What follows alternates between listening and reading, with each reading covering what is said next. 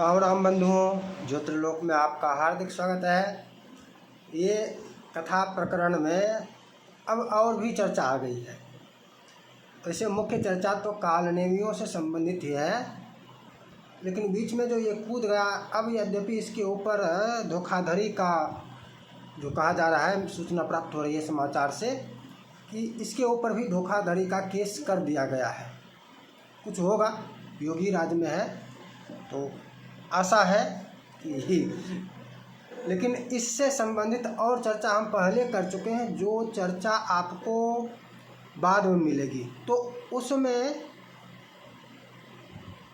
बाद में भी मिलेगी, तो उसमें हमने ये नहीं कहा क्योंकि तब तक इसके ऊपर कोई केस नहीं हुआ था। ठीक है, चर्चा जो हमने की है वो आपको पहले मिल गई, ऐसी बात नहीं है।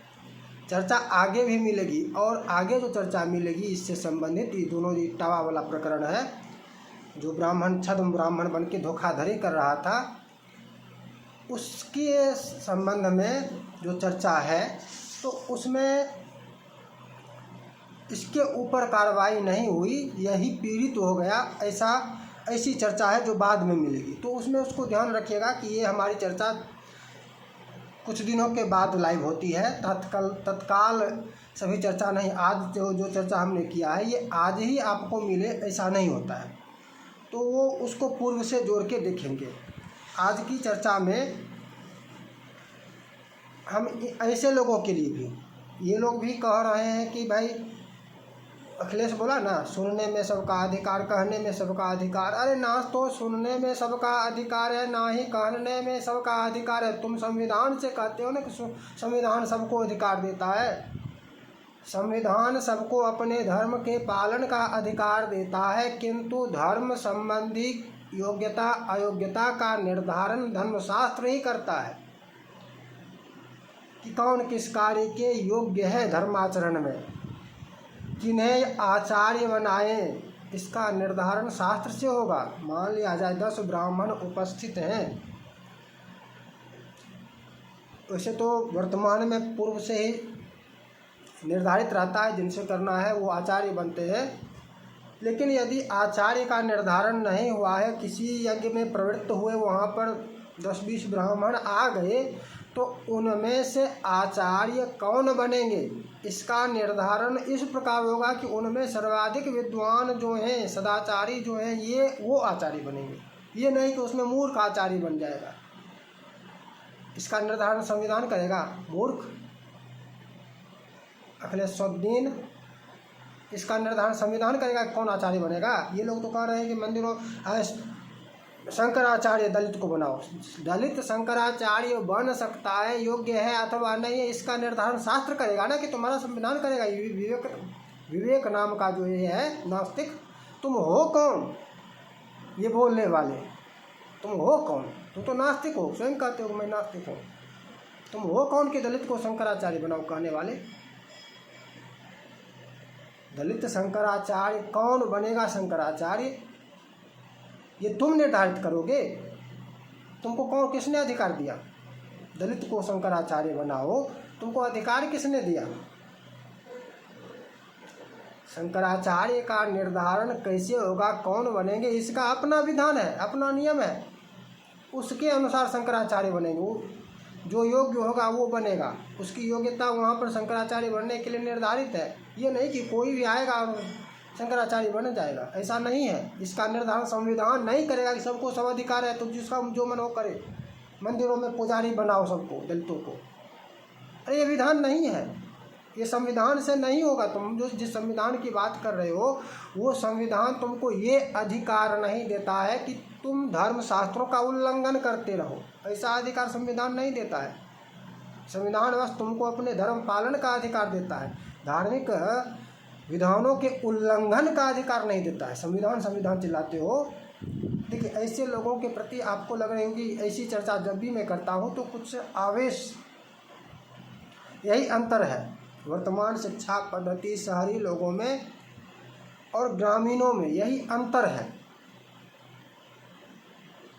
ये जो लोग पढ़े लिखे शिक्षित या ये वो ना जाने क्या क्या बहुत बुद्धिजीवी इत्यादि कहते हैं, इनका अभिप्राय क्या होता है? इनका अभिप्राय होता है कि मन में राम बगल में छुरी,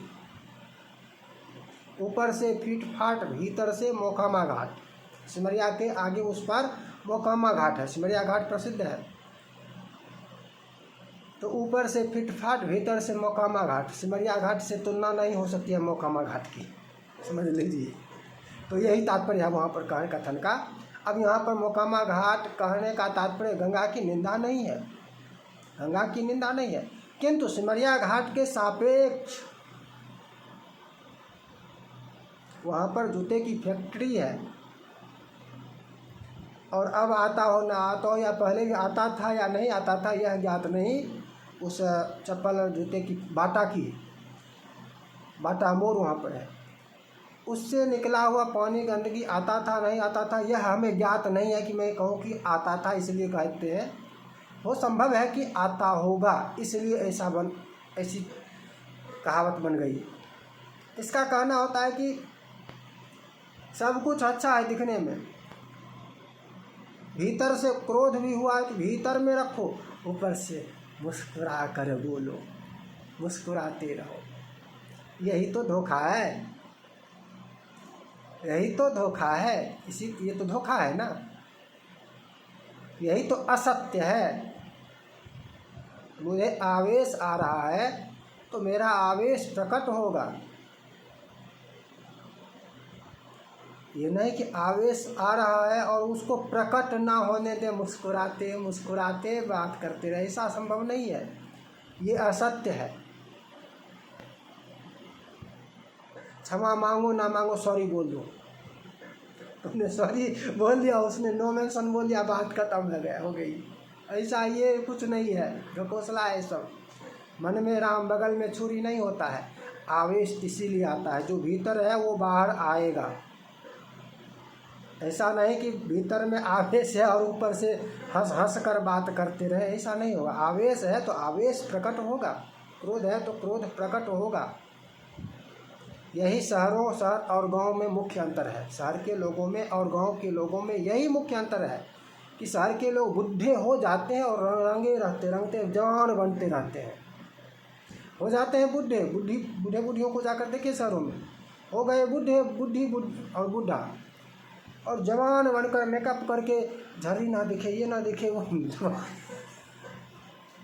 ये शहरी जीवन है, ये शहरी लोग हैं। गांव के लोग जवानी में भी बाल पक गई, दाढ़ी पक गई तो अब इसको रंगने की आवश्यक, बाल पक गए तो आवश्यकता नहीं है, बाल समाप्त हो गए तो अब इसमें ऊपर से अशुद्ध अस्पृश्य भीग लगाने की आवश्यकता नहीं है। वो धारण करने योग्य धारणीय नहीं है, धारण करने पर अपवित्रता होगी, उसको अगर हम अपवित्र हो जाएंगे, उससे अपवित्रता आएगी। शहर के लोगों में यही और गांव के लोगों में यही अंतर है। शहर के लोग भीतर से कुछ है और बाहर से कुछ दिखते हैं, जो दिखते हैं वो है नहीं, जो है वो दिखते नहीं है। गांव के लोग जो दिखते हैं वही हैं और जो है वही दिखेंगे। यही सच और झूठ का अंतर है। गांव और शहर में अंतर क्या है, तो सच का और झूठ का जो अंतर है वही गांव और शहर में अंतर है। ये कथावाचक कालनेमी जो सब हैं, इनका संबंध शहरों से है। गांव में जन्म हुआ होगा, उसको रहने दीजिए, गांव में जन्म हुआ होगा, जन्मजात गांव के होंगे, लेकिन इनका संबंध शहरों से है, गांव से संबंध नहीं है। इनकी जो ये प्रसिद्धि है, इनके जो फॉलोअर हैं, ये मुख्य रूप से शहरी ही हैं। इनको अधिकतर शहरी ही आरती उतारते हैं। प्रसिद्ध हो गए इसलिए गाँवों में भी इनको बुलाया जाता है, वह प्रसिद्ध है, ये है वो है, गाँव में भी आते जाते हैं, लेकिन इनका संबंध मुख्य रूप से शहर से है और ये भी उससे प्रभावित हैं। ये सब के सब, इनके भीतर कुछ है, मुंह पर कुछ है। ये यथार्थ बोल ही नहीं सकते, ना बोल पाते हैं ना बोलते हैं। कथा के प्रकरण में अनेकों प्रकार की चर्चा होने लगी है और ब्राह्मण का एकाधिकार से संबंधित चर्चा भी उत्पन्न होने लगी है। और यहाँ पर जब जाएंगे तब ये भी हो जाएगा कि जो स्त्रियां करें, लड़की हो, महिला हो, स्त्री हो, वो सिद्ध करे कहाँ से कथा कह रही हो। इसके संबंध में क्या नाम है, ये जया या कुछ ऐसा ही नाम था, उसके साथ धीरेन्द्र शास्त्री के साथ जिसको जोड़कर आप बहुत सारे वीडियो क्लिप देखते होंगे, शॉर्ट वीडियो, शायद जया किशोरी ही नाम था। इसको रजस्वला किसी ने कह दिया, किसी ने क्या, निग्रहाचार्य ने संभवतः कहा। रजस्वला कथन का दो तात्पर्य होता है। एक का तात्पर्य है कि वो काल विशेष 4 दिन का, उसमें जो है सब रजस्वला कही जाती है। और दूसरा है संज्ञा रजस्वला, 8 वर्ष की कन्या, 8 वर्षीया गौरी, 9 वर्षीया रोहिणी, 10 वर्षीया कन्या, और इससे ऊपर संज्ञा है रजस्वला। इसको यदि ये किसी ने भी, निग्रहाचार्य ने या जो किसी, वो शास्त्र प्रमाण से कहा है रजस्वला, ऐसे रजस्वला नहीं कहा है। ये रजस्वला संज्ञक है, इसकी संज्ञा ही रजस्वला है। विवाहित ना हो तो इसको इसका विवाह होना चाहिए, ये रजस्वला होकर कथा पर व्यासपीठ पर बैठने लगी। ऐसे और भी अनेकों हैं, इसके समान ऐसे अनेकों हैं। एक तो ये गायब हो गई, या नाम में हो सकता है मैं सही से नाम ना ले पा रहा हूँ, मैं इन लोगों के प्रति अधिक इनको नहीं देखता सुनता हूँ, सीधी सी बात है। एक टिप्पणी आई थी कि मतलब आपको यदि मन नहीं करता है तो मत जाइए, मैं जाता नहीं हूँ, मैं उनमें से किसी की कथा सुनता नहीं हूँ। मेरे गांव में कथा हुई थी, नाम नहीं लूँगा, तो नाम लेना उचित नहीं है। ऐसे में से ही किसी एक की कथा हुई थी, मैंने उसमें भाग नहीं लिया। उसका आयोजक कौन कौन था बताऊँ? कम्युनिस्ट लोग उसके आयोजक थे, जिसके आयोजक कम्युनिस्ट लोग, वो भी बड़ा है, छोटा नहीं है, वो भी बड़ा कथा वक्ता है, रामायण कथा वक्ता है। और हमारे गांव से उसका कुछ संबंध भी है, जुड़ा हुआ है, गांव का है नहीं, जुड़ाव है। तो मैं जाता नहीं हूँ ऐसे लोगों की कथा। मैं जानता हूँ कि ये लोग कालनेमी हैं, क्यों जाऊँ कालनेमियों को कथा सुनने के लिए जाऊँ? नहीं जाता हूँ। वहाँ पर मैं जाऊँ ना जाऊँ इससे कोई तात्पर्य नहीं है। कुछ लोगों को जो इनके अंधभक्त होते हैं उनको ये लगता है कि आप इनकी निंदा मत करो, आप निंदा कर रहे हो, आलोचना कर रहे हो, ये नहीं करना चाहिए। नहीं, ऐसी बात नहीं है। आप समझने में थोड़ा आपका ये भ्रम है, आपको ये लोग भ्रमित कर रहे हैं। यदि आप में से किसी को ऐसा लग रहा हो तो ये आपका भ्रम है। मैं चर्चा शास्त्र प्रमाणों से करता हूँ। जैसे अभी मैंने रजस्वला संबंधी कहा, तो यदि आपको प्रमाण की आवश्यकता होगी तो आप कमेंट कीजिए, मैं आपको प्रमाण दूंगा,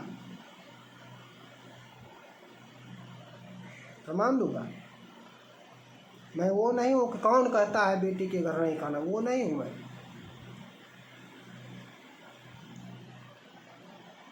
तो अब देखिए, अब यहाँ पर है क्या कि धर्म, अपने धर्म का पालन आप करते हैं, ये उचित है। और सामने से कोई अधर्म कर रहा है आपके सामने, तो उसको रोकना भी धर्म है, उसको रोकने का भी दायित्व है। आपके सामने कोई ब्राह्मण की हत्या कर रहा है, गाय की हत्या कर रहा है, आप उसकी हत्या होते रहने दें, ये धर्म नहीं है। देखते रहे, ये धर्म नहीं है, तब आप भी उस अधर्म के भागी हैं। आपका दायित्व है कि आप यदि सक्षम हैं तो उसको रोकें। और यहाँ पर तो ये भी कहा गया ऐसे गाय के प्रकरण में, ब्राह्मण के प्रकरण में, यदि इसकी हत्या हो रही है, इसको बचाने के लिए आपको प्राण की बलि भी देनी पड़े तो प्राण की बलि दे दीजिए, सद्गति प्राप्त होगी। जो आपको चाहिए, जिसके लिए आपको इस जीवन में प्राप्त होगा अथवा नहीं होगा, संभव नहीं है कि, आवश्यक नहीं है कि सत्कर्म ऐसा कर ले कि सद्गति हो जाए, किंतु यदि ऐसा अवसर आ गया, वहाँ पर प्राणाहुति देने से सद्गति प्राप्त हो जाएगी, मिल जाएगी। इसलिए वहीं पर मरना तो है ही। और ये साहस ना हो तो कम से कम भाग जाओ, रमचोर बन जाओ, शास्त्र ये कहता है, धर्म ये कहता है। ये नहीं कि मैं बस घर में अगरबत्ती जला के इसे से जय श्री राम जय श्री राम जय श्री राम जय हनुमान जय राम, ये धर्म नहीं है। ये धर्म नहीं है। ये तो तुमको लगता है कि यही धर्म है। सुबह उठो, एक बार पूजा कर लो, यही धर्म है, तुमको लगता है। ये धर्म नहीं है, मात्र ये धर्म नहीं है। ये तो कुछ नहीं है, छला। ये इसको धर्माभास भी कहा जाता है। शास्त्र की अवहेलना करना भी अधर्म है। धर्म विरुद्ध आचरण व्यवहार कुछ भी शास्त्र, धर्म क्या है? जो शास्त्र कहता है वही धर्म है। धर्म क्या है? जो शास्त्र कहता है, जो शास्त्र से ज्ञात होता है वही धर्म है। कि यह करो, यह ना करो, यह करो, ऐसा करो, यह ना करो, ऐसा ना करो, यही ये शास्त्र बताता है। शास्त्र जो बता रहा है वही धर्म है। वो इसके परिभाषा को, विस्तृत परिभाषा को तिलांजलि दे दीजिए ऐसे ऐसे कुकर्मियों के परिभाषा को। इसके शास्त्र विरुद्ध वक्तव्यों की मैंने बहुत चर्चा की है। प्रमाण से अब समझें कि ऐसे ऐसे कुकर्मी तो कथा सुनने के भी अधिकारी नहीं है। कहने की बात तो जो छोड़ दीजिए, कहने की बात छोड़ दीजिए। ये कथा कहने जो बैठ रहा है कालने भी सब, कथा कहने का अधिकारी कहाँ से? कथा सुनने का भी अधिकारी नहीं है। और आज प्रमाण से इसको सिद्ध करें, प्रमाण से, ऐसे नहीं। प्रमाण को देखेंगे, प्रमाण दो जगह से देखेंगे। यदि पुराण की बात करें तो पुराण दोनों है, पद्म पुराण और स्कंद पुराण। और ये है कहाँ पर? तो इसका एक पद्म पुराण वाला भाग श्रीमद् भागवत महात्म्य में है, और स्कंद पुराण वाला रामायण, वाल्मीकि रामायण, श्रीमद् वाल्मीकि रामायण, इसके महात्म्य में है। तो भागवत महात्म्य और रामायण महात्म्य से भी समझ सकते हैं। है कहाँ से? तो पद्म पुराण और स्कंद पुराणों से, इन दोनों पुराणों से है। और इन्हीं अर्थात जैसे देखिए श्रीमद् भागवत महापुराण है, इसी में से प्रमाण हम आपको, ये 6ठा अध्याय है, और 6ठे अध्याय में महात्म्य का श्रीमद् भागवत महात्म्य का 6ठा अध्याय, श्लोक संख्या बताते हुए कहूँगा, ठीक है। भागवत कहने वाले स्वयं सोचें, उनको सिद्ध करना होगा कि वो योग्य है अथवा नहीं है। निगल जाते हैं प्रमाणों को। क्या कहता है? श्लोक संख्या 20 कहाँ पर आए? श्रीमद् भागवत महात्म्य 6ठा अध्याय। पुराण की बात करें तो ये पद्म पुराण से है, पद्म पुराण से है, ठीक है। श्लोक संख्या 20। विरक्तो वैष्णवो विप्रो वेद शास्त्र विशुद्धिकृत दृष्टांत कुशलो धीरो वक्ता कार्योति निष्प्रियः। विरक्तो वैष्णवो विप्रो, भागवत से संबंधित चर्चा है, सर्वत्र नहीं, भागवत के लिए। विरक्तो, विरक्त का तात्पर्य सन्यासी।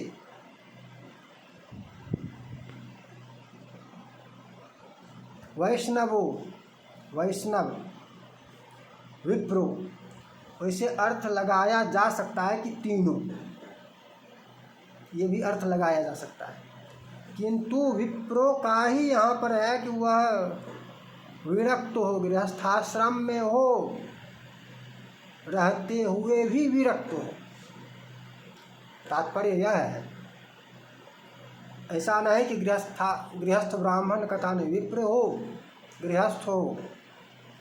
जहाँ पर मात्र विप्र कह रहे हैं वहाँ पर उसके लक्षण कह रहे हैं कि विरक्त हो। वैष्णव हो अर्थात वैष्णव दीक्षित हो, दीक्षित वैष्णव हो और वैष्णव धर्म का पालन करता हो, ऐसा विप्र। और वेद शास्त्र विशुद्धिकृत, ये तो शास्त्र कोई जानता भी नहीं है, वेद कोई जानता भी नहीं है, सब मूर्ख जो कालने में बैठा हुआ है।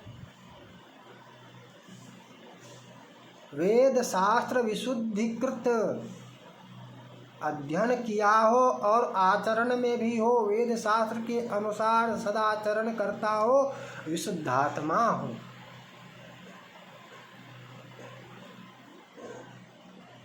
शास्त्र विरुद्ध जाकर शौच में मैं करता हूँ, शास्त्र विरुद्ध कर, ये कथावाचक सोचता है। ये तो सुनने का भी अधिकारी नहीं है, ये गरुड़ पुराण श्रवण का मात्र अधिकारी है। अशौच में जो कथा कहता था, अशौच में मात्र गरुड़ पुराण श्रवण का अधिकारी था प्रीत कांड। कहने बैठ गया। वेद शास्त्र विशुद्धिकृत, वेद शास्त्र मात्र अध्ययन नहीं किया हो, तदनुसार जो विधान है शुद्धि का, आत्मशुद्धि का, सदाचार का, उसका पालन भी करता हो, वेद शास्त्र के अनुसार जीवन निर्वहन करता हो, जीवन यापन करता हो, विशुद्ध हो गया हो। दृष्टांत कुशलो धीरो, दृष्टांत देने में कुशल हो, जहाँ पर जो आवश्यक हो वहाँ पर अन्य कथानकों के माध्यम से, दृष्टांतों के माध्यम से उसको समझाए। दृष्टांत कुशलो धीरो, धैर्य रखे। आगे श्रोता जो है ये प्रश्न की झड़ी लगा सकता है, उसको समाधान करने के लिए धैर्य की आवश्यकता होती है। आगे से एक प्रश्न किया, उत्तर दिए, फिर तुरंत दूसरा प्रश्न किया, उत्तर दिया, तीसरा प्रश्न दिया, आग बबूला हो गए। अन्य धैर्य का और भी बहुत सारा अर्थ है, यहाँ पर मुख्य भाव यही है। वक्ता कार्योति निष्प्रिय, वक्ता कार्य, ऐसे विद्वानों को वक्ता बनाना चाहिए। क्या है? विप्रो, कहाँ है? चांडालो, शूद्रो, म्लेच्छो, यादवो, कहाँ है? स्त्रियाँ जो कथा कर रही हैं, लड़कियाँ, रजस्वलाएँ, स्त्रियाँ अविवाहित हो तो रजस्वला, वो रजस्वला है, उसकी संज्ञा रजस्वला है, अविवाहित है तो। कन्या नहीं है, कन्या 10 वर्ष की आयु होती है। और स्त्रियां विवाहित है तो स्त्रियां, कहने के लिए तो माताओं, बंधुओं सब है। कहाँ पर है?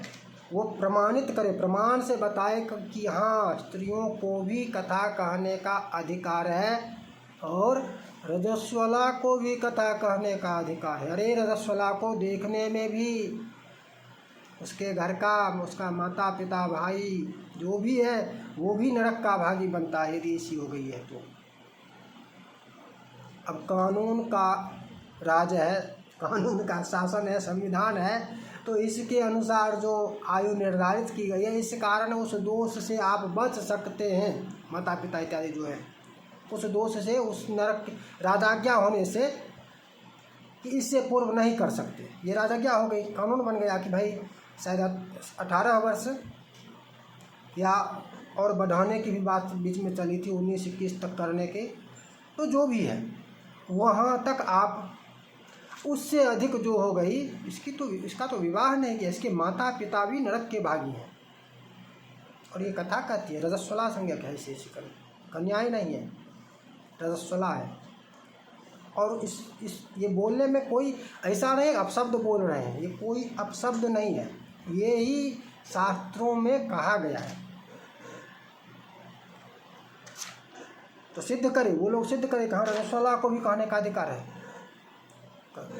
व्यासपीठ पर बैठ जाती है, या ये जो थे धूर्त, सिद्ध करो कि तुमको कथा कहने का अधिकार है। पहले तुम यह सिद्ध करो, नाम बदल कर कथा कहने बैठ जाओगे और कब फिर बाद में कहोगे कि भाई कथा कहने का सबको अधिकार है। कहाँ से अधिकार है? सिद्ध करो शास्त्र से, धर्म के लिए कथा किस लिए करते हैं? कथा किस लिए कोई सुनता है? सुनने वाला विचार करे, किस लिए सुनता है? धर्म के लिए सुनता है ना। तो धर्म का निर्णय कौन करेगा? संविधान करेगा।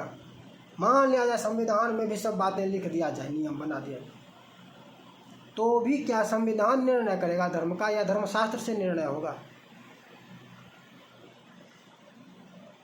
धर्मशास्त्र से निर्णय होगा। कथा वक्ता के लिए जो विधान है, जो नियम है, जो योग्यता है, वो धर्मशास्त्र बताता है। धर्मशास्त्र के अनुसार निर्णय होगा। इससे ढेरों प्रमाण है, बहुत सारी चर्चा करनी है तो कितनी चर्चा करें। और आगे बढ़ते हैं। अनेक धर्म विभ्रांता स्त्रैणा पाखंडवादिनः सुखशास्त्र कथोच्चारे त्याजास्ते यदि पंडिता। विद्वान हो तो भी अनेक धर्म विभ्रांता, ऐसा ये मुल्ला मुरारी जैसा विभ्रांत है। अनेक धर्म विभ्रांता, विभ्रांत है, भ्रमित है, ज्ञात ही नहीं है क्या क्या, ये क्या वो क्या, अपना ज्ञात नहीं, अपना वाला भूल गया, अपने शास्त्र का अध्ययन ही नहीं किया या भूल गया, या जानबूझकर अपने शास्त्र का उल्लंघन कर रहा है।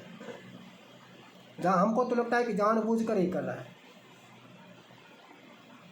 क्यों? क्योंकि विधर्मियों के पास चला, विधर्मियों से जुड़ गया। इसकी कथा में सुनिए तो ये श्लोक प्रमाण कम बोलता है, शायरी शेर अधिक सुनाता है। इसका क्या तात्पर्य है? ये शास्त्र का अध्ययन अवलोकन कम करता है, उसको अधिक सुनता है, पढ़ता है। किसको? उसको, विशेष को।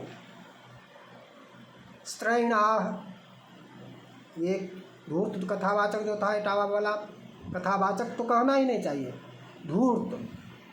ये मीडिया वाले कथावाचक करे, कथावाचक तो कहना ही नहीं चाहिए, इसको धूर्त कहना चाहिए, धूर्त है था ये। स्त्रैण, छिनार कहिए, छिनार सही शब्द यही, इसी से समझ में आएगा, और किसी शब्द से समझ में नहीं आएगी। और एक है वो, क्या नाम है, अनिरुद्धाचार्य। स्त्रैण का ये भी अर्थ है, कैसे देखता है, कैसे बात करता है, स्त्रियों लगता है उसको देख करके स्त्री है, स्त्री स्वभाव संपन्न है। उसकी कथा सुनते हुए देखिए कैसे देख रहा है, स्त्रियों का हाव भाव प्रकट करता है, स्त्रियों जैसा हाव भाव प्रकट करता है। स्त्रैण, दोनों लक्षण, स्त्री में आसक्त रहने वाला और स्त्री जैसे स्वभाव वाला, आचरण वाला, व्यवहार। पाखंडवादी ना, और पाखंड जो चलाता हो, ये तो पाखंडवादी है ना, मुल्ला मुरारी। अशौच का पालन नहीं करता है तो पाखंडी है ना। कहता है कि शास्त्र में लिखा हुआ है कि अब प्रजावती कन्या के यहाँ भोजन पिता ना करे, ये शास्त्र से है, अनेकों प्रमाण से चर्चा कर चुके हैं। और ये कहता है कि कौन कहता है बेटी के घर में भोग नहीं खाना चाहिए? पाखंडी है, पाखंड बोलता है, पाखंड का प्रचार करता है, पाखंडवादी है। पाखंडवादी न सुख शास्त्र कथोच्चारे, सुख शास्त्र भागवत के लिए त्याजास्ते यदि पंडिता, यदि यह वाक्पटु है भी तो भी त्याज्य है, त्याज्य है, त्याज्य है, त्याज्य है। ये कहाँ से मैं कह रहा हूँ?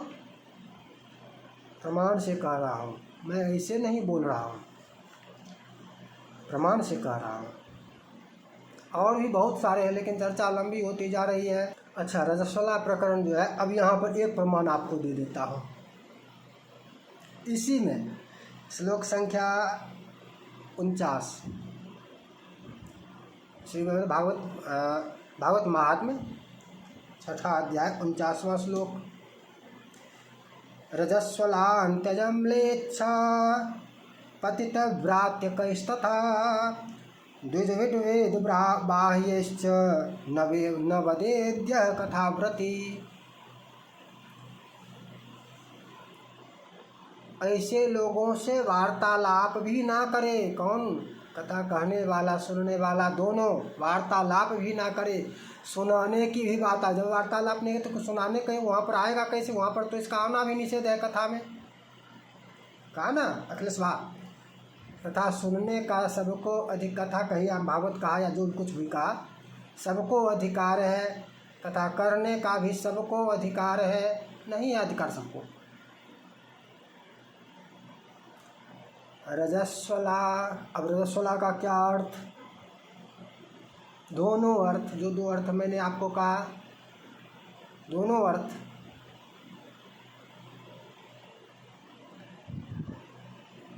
अंत्यज, अंत्यज, अंत्यज। अंत्यज में समझ गए होंगे, अधिक इस पर चर्चा नहीं करेंगे। म्लेच्छ, विधर्मी, धर्म का जिसने त्याग कर दिया है, धर्म विरुद्ध आचरण जो करता है, म्लेच्छ। पतित, जो धर्म से च्युत हो, त्याग करने वाला म्लेच्छ है। धर्म का विरोध, धर्म के विरुद्ध व्यवहार करने वाला, त्याग कर देने वाला म्लेच्छ है। अन्य पंथों में चला गया, ये हो गया, वो कर लिया, कुछ भी कर लिया। मतलब धर्म में जिन कर्मों को त्याज्य कहा गया है, उन्हीं कर्मों में लिप्त हो गया म्लेच्छ है। शास्त्रों में जिसका निषेध किया गया है। और पतित, जो धर्म मार्ग पर चलता था, ठीक, और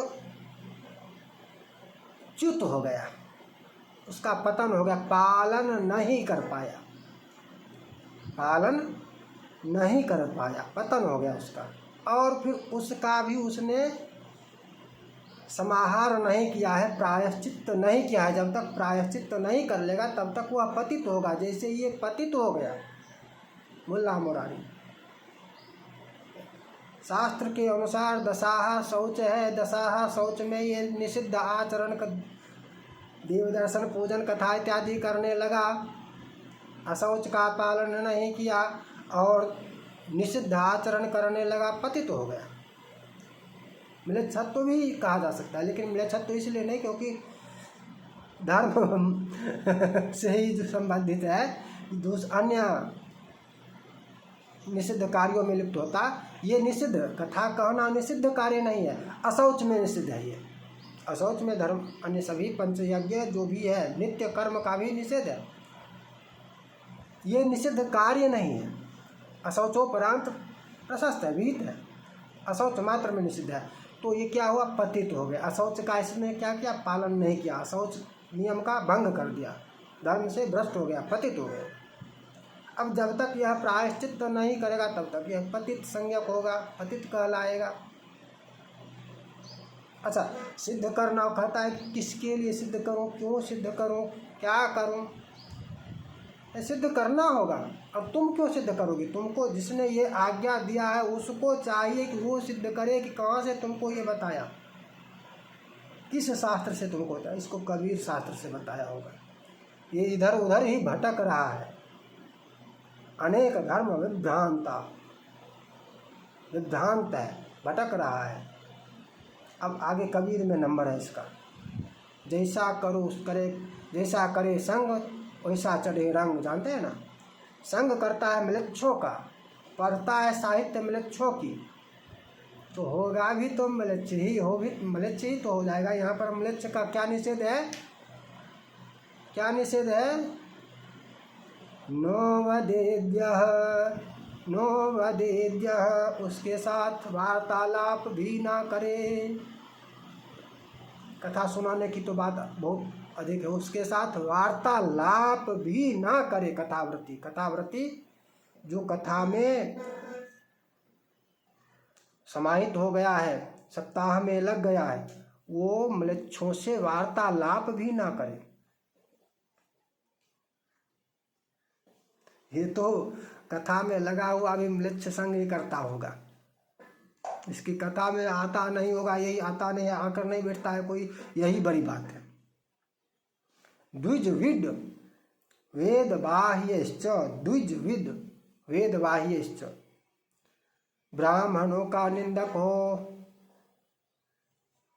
द्विजत्व का विरोधी हो, वेद से बहिष्कृत हो, वेद से बहिष्कृत हो, निष्कासित हो। नो वदेद्यः कथाव्रति, इसके साथ वार्तालाप आदि भी ना करे, इसको कथा श्रवण ना करे, कथा सुनने का अधिकारी नहीं है। ये कथा सुनने का भी नहीं है, वार्तालाप का भी निषेध है, कथा सुनने का अधिकारी ये लोग नहीं है। अब रामायण से थोड़ा देखते हैं, श्रीमद् वाल्मीकि रामायण। वैसे आपको ये उल्टा दिखता होगा, वीडियो में उल्टा बन जाता है, लेकिन यदि आप उल्टा समझ सकते हैं तो देख लेंगे श्रीमद् वाल्मीकि रामायण। इसका भी महात्म्य ही लेंगे। इसका महात्म्य कहाँ से है? स्कंद पुराण से है। ये स्कंद पुराण से है। रामायण का जो महात्म्य है तो उसमें 5वां अध्याय, भागवत में 6ठा अध्याय था। रामायण महात्म्य में कौन सा? वाल्मीकि रामायण। रामायण कहे तो नाम वाल्मीकि रामायण ही समझना चाहिए। तो इसमें 5वां अध्याय, और फिर प्रमाणों से ही समझेंगे, फिर प्रमाणों के आधार पर ही समझेंगे। क्या क्या थोड़ा सा समझते हैं।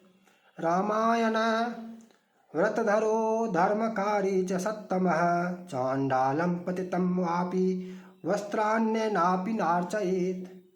रामायण व्रतधरो, रामायण नवाह में, राम कथा में जो लीन हो गया, लग गया, जो ऐसा धर्म कर रहा है, चांडालम पतितम, चांडाल और पतित, वापि वस्त्रान्येनापि नार्चयेत्। इसके बारे में ऐसे ऐसे लोग कहते जीवन आजीवन ये राम में लीन है, आजीवन ये राम का कर रहे हैं। तो ये फिर मिलेच्छों का, चांडालों का संग कैसे करता है, मदरसा कैसे चलवाता है, कुरान कैसे पढ़ता है, नमाज की बात कैसे करता है? उससे संग कर रहा है तभी तो करता है ना। क्या कह रहे हैं? वस्त्रान्येनापि नार्चयेत्, वस्त्र अन्नादि से भी उसका अर्चन ना करे, मतलब ना दे। ऐसे इसके लिए वस्त्र अन्न आदि देने का भी निषेध है। चांडाल और पतित, चांडाल और पतित ये तो कथा कहता है, ये तो वस्त्र अन्न आदि ग्रहण करने लायक भी नहीं है। रामायण में कहा, रामायण में से कह रहा हूँ, रामायण का प्रमाण। श्लोक संख्या 16, श्रीमद् वाल्मीकि रामायण महात्म्य, श्लोक संख्या 16, अध्याय 5। नास्तिकान् भिन्न मर्यादान् निंदकान् पिशुनानपि रामायण व्रतपरो वाङ्मात्रेणापि नार्चयेत्। 17वां श्लोक, फिर उसके आगे क्या? नास्तिकान, जो नास्तिक है, भिन्न मर्यादान, मर्यादा का जो उल्लंघन करने वाला है, चाहे वो मर्यादा शास्त्र मर्यादा हो, लोक मर्यादा हो, दोनों प्रकार के, जो भी। निंदकान पिशुनानपि, अच्छा हम लोग जो चर्चा कर रहे हैं इसको ये लोग कहेगा कि निंदा है, निंदा है, निंदा है। हम पहले इसको स्पष्ट कर चुके हैं, ये निंदा नहीं है, और निंदित की निंदा ही होनी चाहिए, नहीं तो इसकी वृद्धि होने लगेगी। यदि ऐसे लोगों की इसको खंडन ना किया जाए, ये कर्तव्य है, यही धर्म है, ये निंदा नहीं है, यही उचित है, ये अपेक्षित है, ये कर्तव्य है जो भी शास्त्र से धर्म से जुड़े हुए सबका, कि इसका खंडन करो। निंदकान पिशुनानपि, निंदा दूसरा अर्थ रखता है, निंदा का दूसरा अर्थ है। इसके उदाहरण सहित इसकी चर्चा करते हैं ना, कि इसने निंदा है कि बिना कारण निंदा करना, उसको निंदा कहते हैं। इसकी तो एक एक तथ्य को प्रमाण के आधार पर स्पष्ट कर रहे हैं इसके। रामायण व्रत परो वांग मात्रे नापि नार्चयेत्। अरे अन्न भोजन कहते हो, अन्न वस्त्र की बात करते हो, बात करने के भी योग्य नहीं। इसके साथ ऐसे लोगों के साथ वार्तालाप भी नहीं करनी चाहिए, वार्तालाप से भी प्रणाम नहीं करना चाहिए, वार्तालाप मात्र से, वचन मात्र से भी अर्चन नहीं करना चाहिए, प्रणाम वचन मात्र का भी। वांग मात्रे नापि नार्चयेत्। और कुंडासिनम गायकम च तथा देवल का सतम सनम, वहीं पर आगे है 18, 19 फिर है। कुण्डासिनं गायकं च तथा देवलकासनं विखदं काव्यकर्तारं देवद्विजविरोधिनं परान्नलोलुपं चैव परस्त्रीनिरतं तथा रामायणव्रतपरो वाङ्मात्रेणापि नार्चयेत्। पुनः वचन से भी, एक वचन से भी अर्चन न करे, वचन से भी अभिवादन इत्यादि ऐसे लोगों का न करे। किसका किसका? कुंड का। अब कुंड की व्याख्या भी नहीं करें, वीडियो ऐसे ही लंबी हो गई है। गायक, गायक तो समझ गए होंगे, गायक।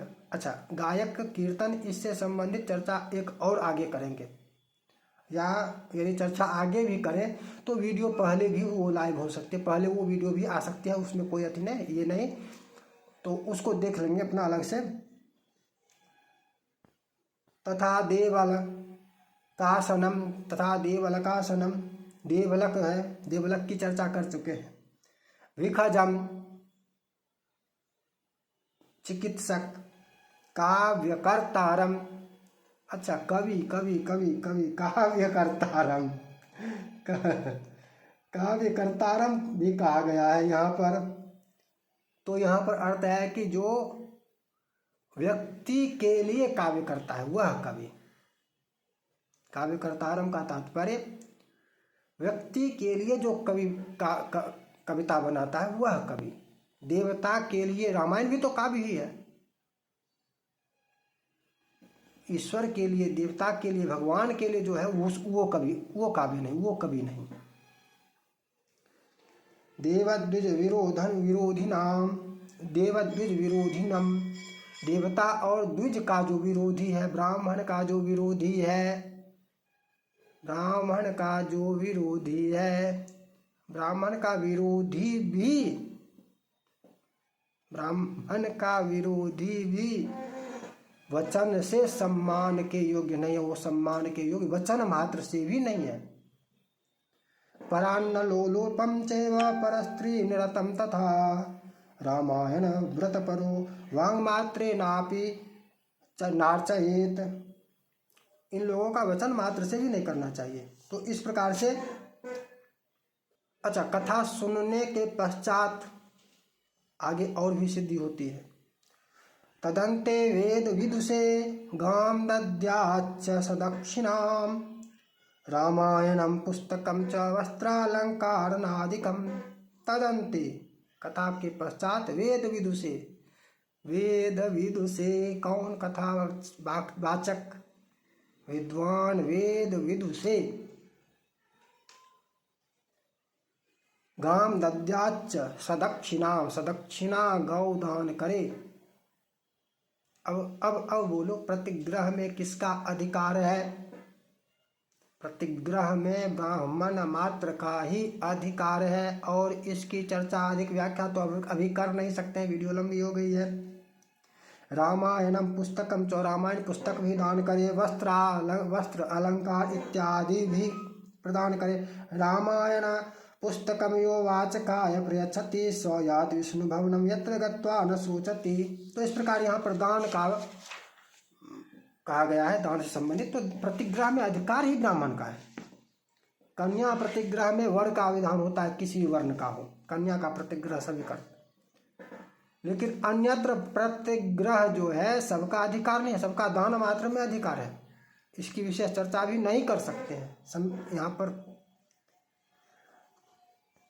आगे और भी इसी में बहुत सारे प्रमाण हैं, किंतु वीडियो लंबी हो गई है और अधिक लंबी चर्चा हम करना चाहते नहीं हैं। चर्चा पुनः और इस विषय पर भी करेंगे। जय जय श्री राधे।